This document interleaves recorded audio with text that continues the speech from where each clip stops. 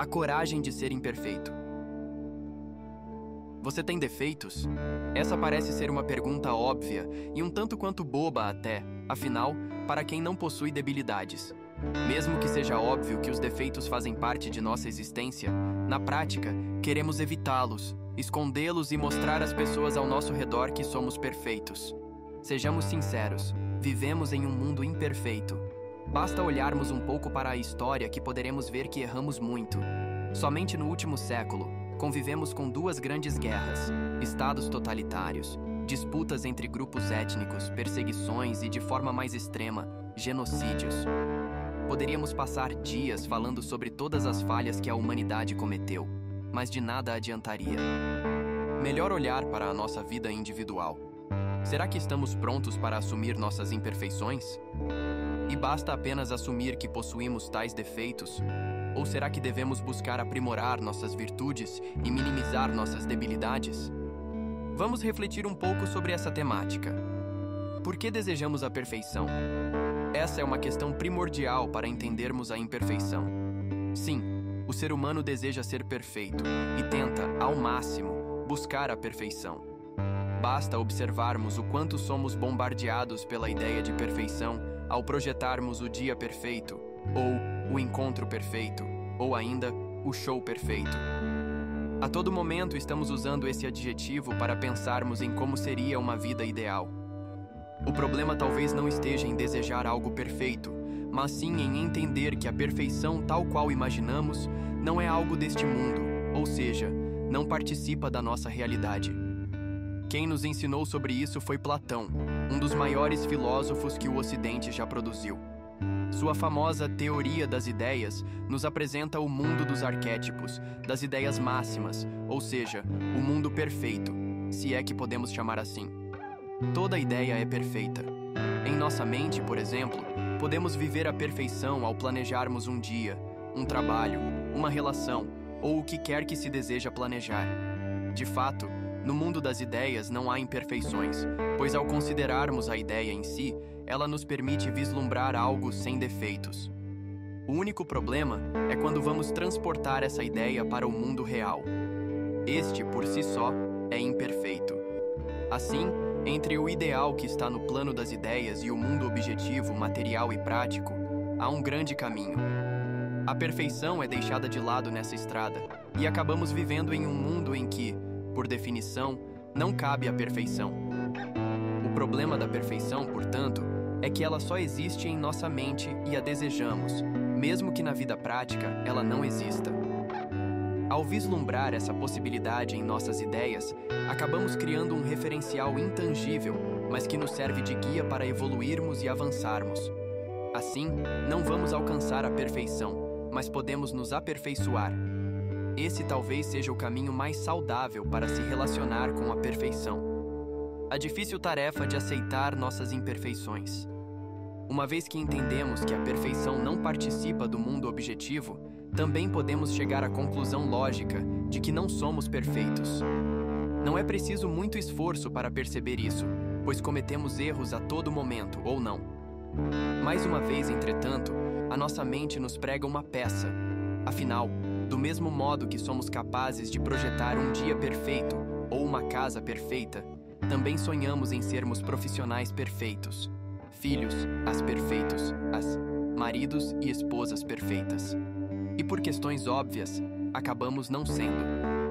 Alguns dos nossos erros ocorrem por nossa ignorância quanto ao que fomos destinados a fazer. Logo, é natural que em nosso primeiro dia em um emprego novo, por exemplo, cometamos diversos erros, pois nunca fizemos aquela tarefa antes. A mesma coisa ocorre em um relacionamento, com novas amizades e, enfim, em tudo que nos desafia a viver o novo. Esses erros, em geral, são compreensíveis e não nos afetam tanto. Por outro lado, há outros erros que carregamos quase como um animal de estimação. Gostamos de alguns dos nossos defeitos e nos sentimos orgulhosos, por vezes, de possuí-los.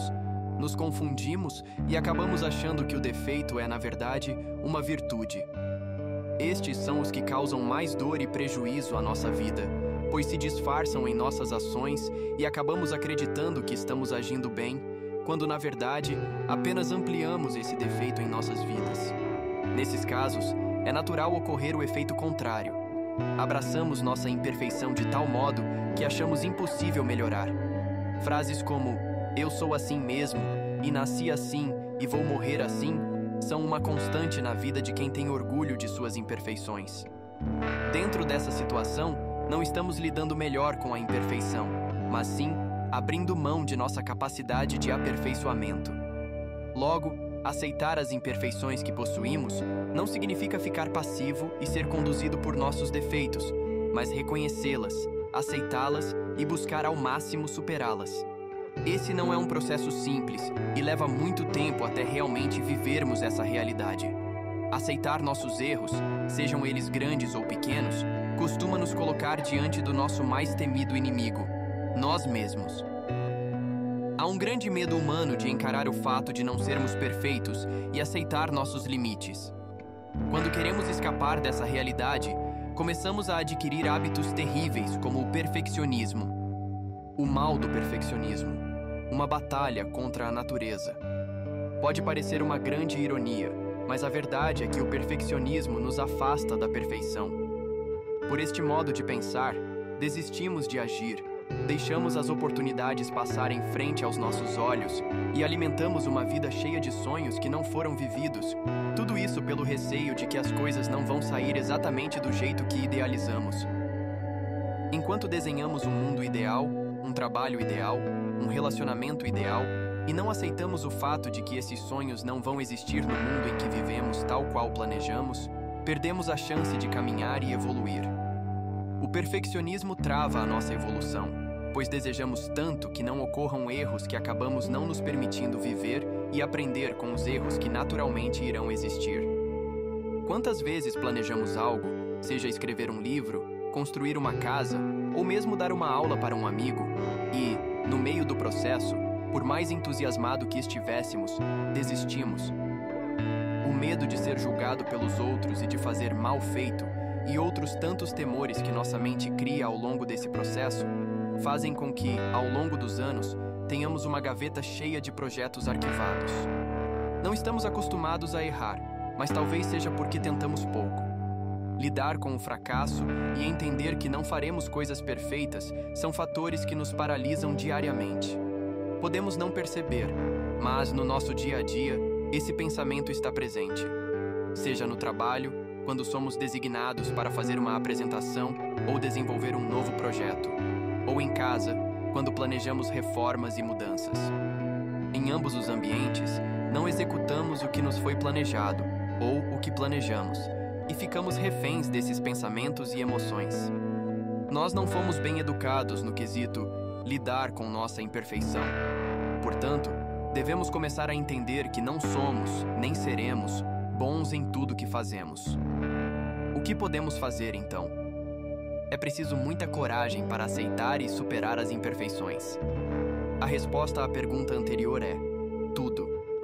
O nosso mais valioso conselho é não deixar que esses sentimentos nos impeçam de criar, de seguir em frente. O primeiro passo é esse: entender que ser perfeito não existe nesse mundo. Poderemos lidar com a pressão e a ansiedade de maneira saudável se cultivarmos e adquirirmos essa convicção. Em seguida, devemos nos conhecer e saber do que gostamos e do que não gostamos, em que somos bons e em que não somos. Cabe aqui a máxima escrita no Templo de Delfos, na Grécia clássica: conhece-te a ti mesmo. Quanto mais buscarmos nos conhecer, compreender profundamente o que nos motiva, o que nos interessa, poderemos ser capazes de enfrentar nossas limitações. Eis o papel do autoconhecimento: conhecer para dominar, dominar para servir, servir para evoluir. Um último conselho, e provavelmente seja o mais valioso, é o de nos dedicarmos de corpo e alma aos projetos em que acreditamos. Isso não significa sucesso imediato, muito menos que dará certo, mas demonstra que somos corajosos em seguir fazendo o que acreditamos, frente à dor ou ao prazer. No fim, seremos imperfeitos, mas é graças à imperfeição que temos a chance de aperfeiçoar o que somos hoje e seguir evoluindo no aspecto ou área em que dedicarmos nossa vontade, amor e inteligência.